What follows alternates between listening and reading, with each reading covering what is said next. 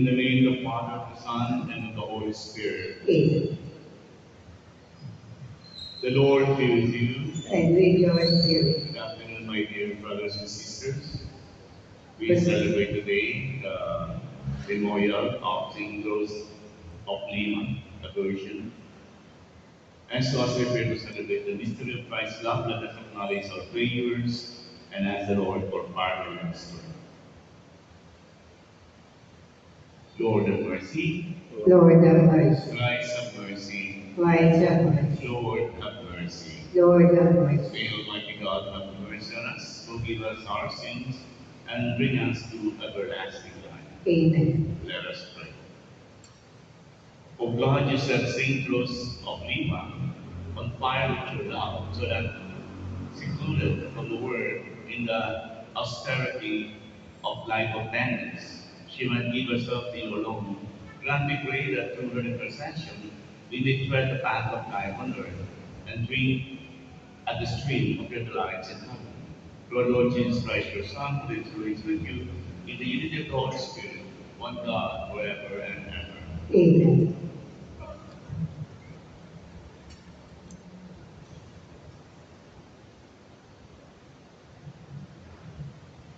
A reading from the book of the prophet Ezekiel. The hand of the Lord came upon me, and led me out in the spirit of the Lord, and set me in the center of the plain, which was now filled with bones. He made me walk among the bones in every direction, so that I saw how many they were on the surface of the plain, how dry they were. He asked me, Son of man, can these bones come to life? I answered, Lord God, you alone know that. Then he said to me, Prophesy over these bones, and say to them, Dry bones, hear the word of the Lord. Thus says the Lord God to these bones, See, I will bring the Spirit into you, that you may come to life. I will put sinews upon you, make flesh grow over you, cover you with skin, and put the Spirit in you, so that you may come to life and know that I am the Lord. I prophesied as I had been told, and even as I was prophesying, I heard a noise. It was a rattling as the bones came together, bone joining bone. I saw the sinews, and the flesh came upon them, and the skin covered them, but there was no spirit in them. Then the Lord said to me, Prophesy to the spirit, prophesy, Son of man, and say to the spirit, Thus says the Lord, from the four winds come, Holy Spirit, and breathe into this dead, that they may come to life. I prophesied as he told me, and the Spirit came into them. They came alive and stood upright. I was army. Then he said to me, Son of man, these bones are the whole house of Israel. They have been saying, Our bones are dried up, our hope is lost, and we are cut off. Therefore, prophesy and say to them, Thus says the Lord God, O my people, I will open your graves and have you rise from them, and bring you back to the land of Israel.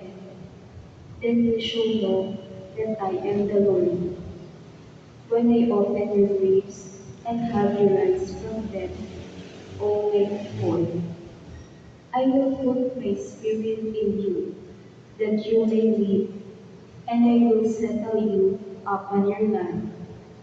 Thus you shall know that I am the Lord. I have promised, and I will do it, says the Lord. The word of the Lord. Thanks be to God. Give thanks to the Lord. His love is everlasting. Give thanks to the Lord. His love is everlasting. Let the redeemed of the Lord say, those whom he has redeemed from the hand of the foe and gathered from the lands, from the east and the west, from the north and the south. Give thanks to the Lord. His love is everlasting. They went astray in the desert wilderness, the way of an inhabited city. They did not find, hungry and thirsty. Their life was wasting away within them. Give thanks to the Lord. His love is everlasting. They cried to the Lord in their distress. From their straits he rescued them, and he led them by a direct way to reach an inhabited city. Give thanks to the Lord. His love is everlasting. Let them give thanks to the Lord for his mercy and his wondrous deeds to the children of men, because he satisfied the longing soul and filled the hungry soul with good things. Give thanks to the Lord. His love is everlasting. Please all stand to honor the gospel.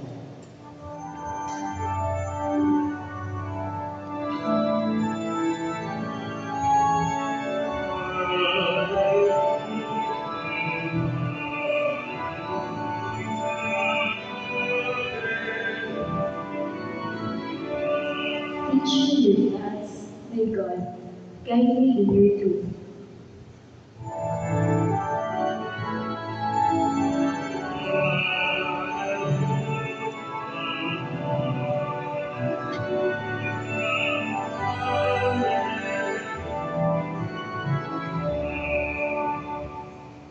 The Lord be with you. And with your spirit. A reading from the Holy Gospel according to Matthew. Glory to you, O Lord.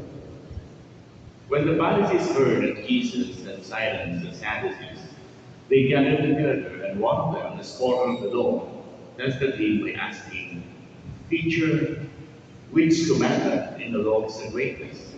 He said to him, You shall love the Lord your God with all your heart, with all your soul, and with all your mind. This is the greatest and the first commandment. The second is like this: You shall love your neighbor as yourself. The whole law and the prophets depend on those two commandments. The Gospel of the Lord. Praise to you, Lord Jesus Christ.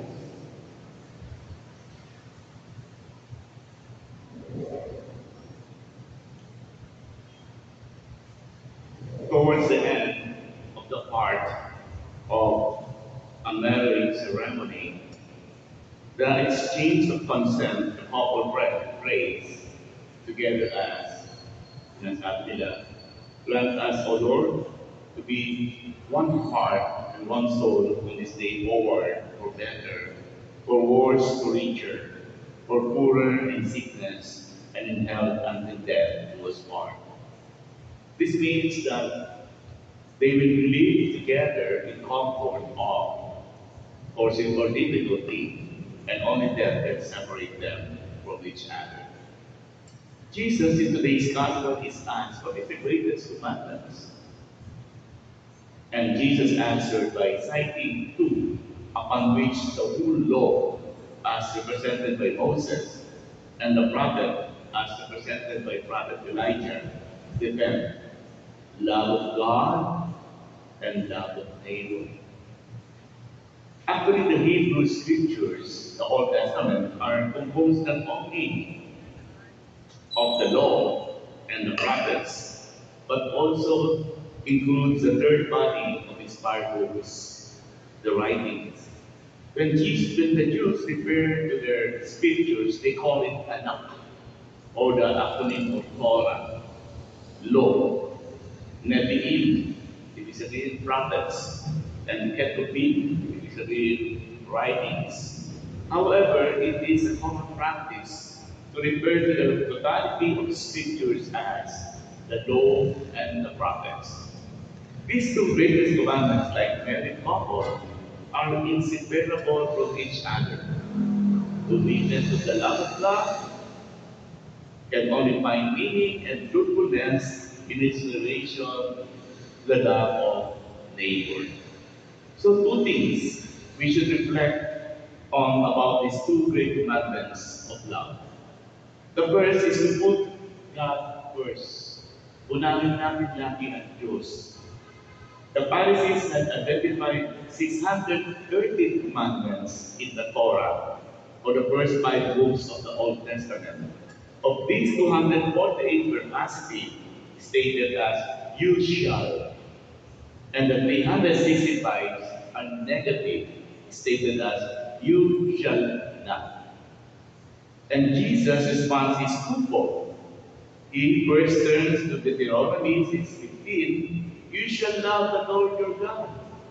And this was familiar to the Jews, for they recited this passage in prayer called Shema several times a day, and wrote it on their doorposts and even to this in their forehead.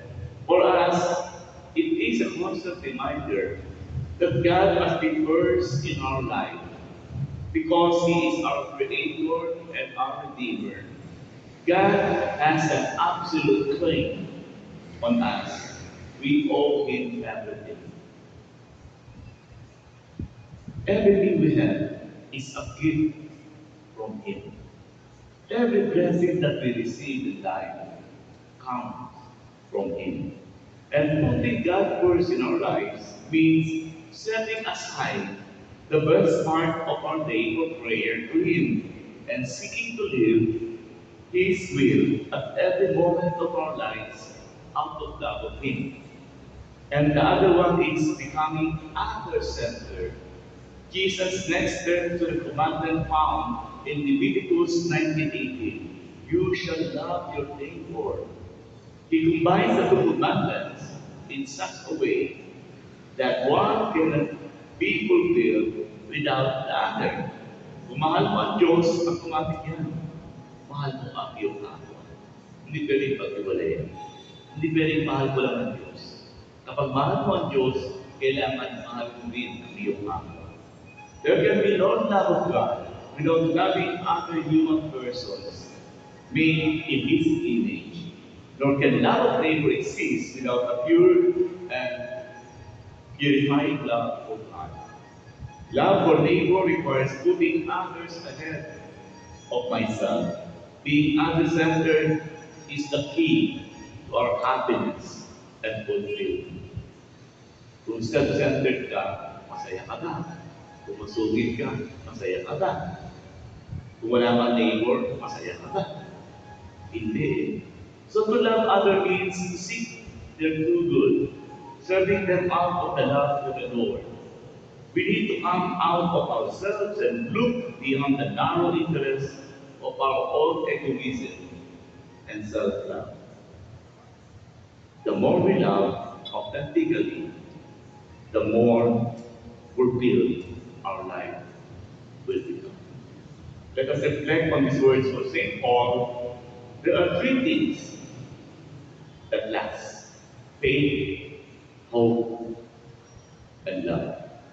And the greatest is love. Amen. Please always stand.